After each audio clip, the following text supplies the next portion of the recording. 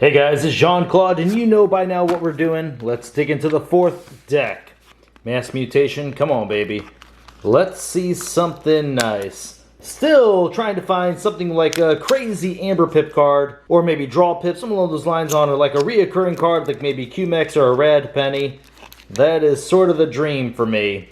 I know a lot of people that do have it, I just have not been lucky yet. Logos, first house, second house, Sanctum. Third house, Saurian, the recluse that contends with friendship.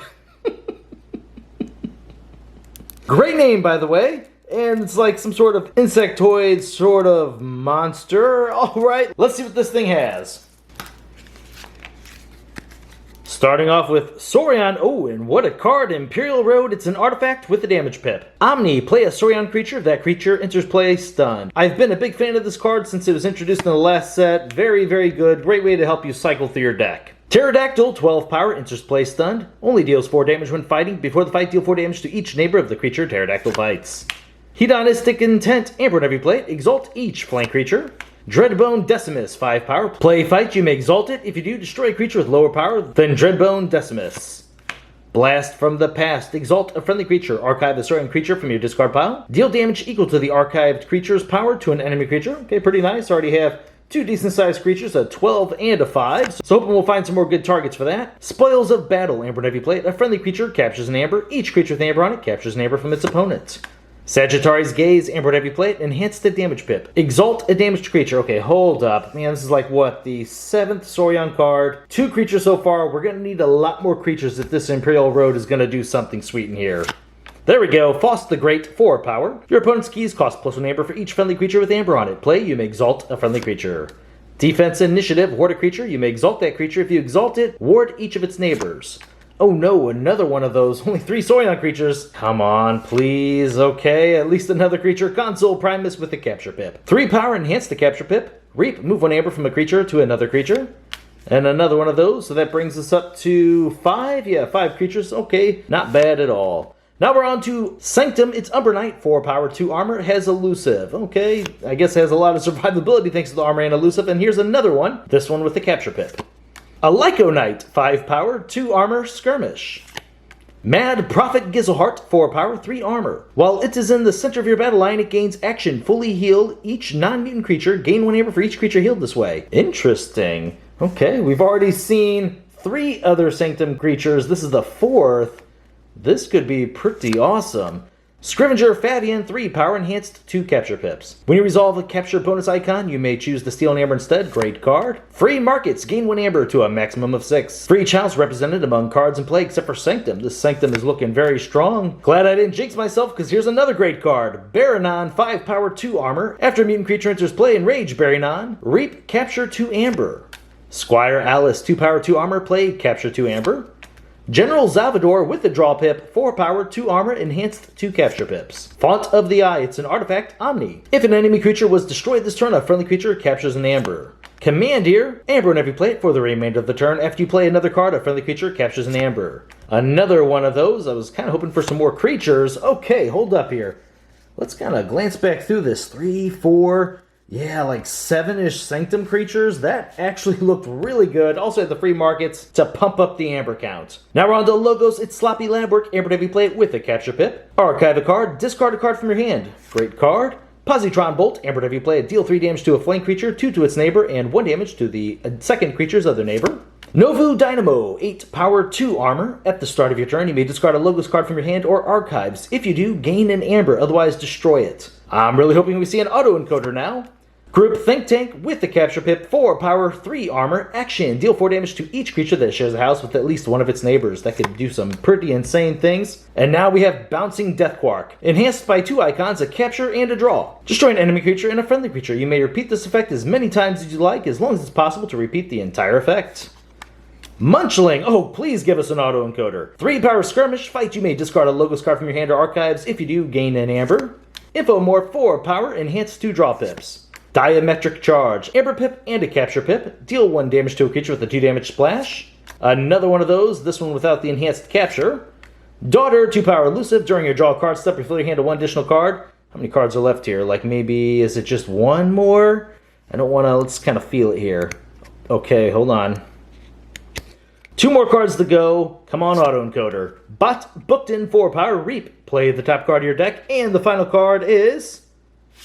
Oh, it is an autoencoder. Awesome. It's an artifact. After a card is discarded from your hand, archive the top card of your deck. Okay. Finally, at least have an autoencoder deck where I have some other Logos cards causing us to discard cards, so that's kind of nice. Getting those effects, both of which had Amber attached to them, and still getting the archive cards, getting a little bit deeper into our deck. Potentially building to a huge turn. We don't know what house will be, but that's pretty nice. All right, so looking for the Amber now. Might even be able to count things like the Novu Dynamo. I'm unsure, though. So I won't put it up. I like to try and be a little bit more conservative with the Amber counts for the most part. Gizelheart, man, I can almost say that's an Amber card. We're going to do it. We'll just call it 1 in this deck. Let's see. So, might be a light Amber count deck, but I'm still liking what I see here. We have 1, 2, 3, 4, 5, 6, 7, 8, 9, 10, 11, 12. And I just realized I only counted free market as 2. I almost always count this as 3, so that should be 13. Not bad. Let's bring up our Amber control now. Okay, Commander is very nice. Oh, gotta look for these capture pips. Almost missed it. It's actually kind of crazy because now I'm looking for capture pips in a specific spot and trying to remember what the cards are. Some of these are still fairly new. Oh, like right there. Fabian doesn't increase our count. Okay, there's one. Just makes it a little bit better. Okay, another one right there. Faust the Great, of course. All right, so count them up here. 1, 2, 3, 4, 5, 6, 7, 8, 9, 10, 11. That's not bad. Not bad at all. Even had a few bigger ones thanks to Faust the Great and the 2 Commandeers. So that is pretty sweet right there. Oh, Spoils of Battle as well. Bringing up the creatures now. And this should be a pretty good count. I'm hoping for at least 20 in here. I know we saw earlier that Sanctum had a lot. I guess we probably won't hit 20 because we know for sure there was only 5 inside of the Saurian house, which was kind of a shame since considering we had Imperial Road. But Logos looked like it had a decent amount. Let's see, we got 1, 5, 10, 15, 19. Very nice. Good, good, good, good. So the big card in this deck is going to have to be that Gizelheart, considering how many at least Sanctum creatures we had. Now, obviously, it heals every single non-mutant creature, right? Uh-oh. Wait a minute. Non-mutant? We had like 3 mutants at the start, so hold on. This might slightly negate what I was talking about at the beginning. Oh, Fabian's a mutant as well. Oh, man.